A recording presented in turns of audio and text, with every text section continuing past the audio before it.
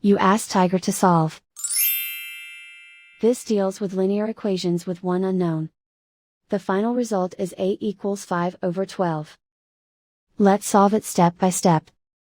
Group all constants on the right side of the equation. Add 3/4 to both sides. Combine the fractions.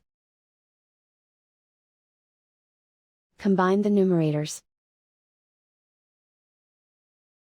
Reduce the zero numerator. Simplify the arithmetic.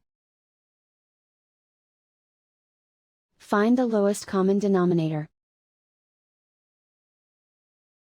Multiply the denominators. Multiply the numerators. Combine the fractions. Combine the numerators. And so the final result is a equals 5/12.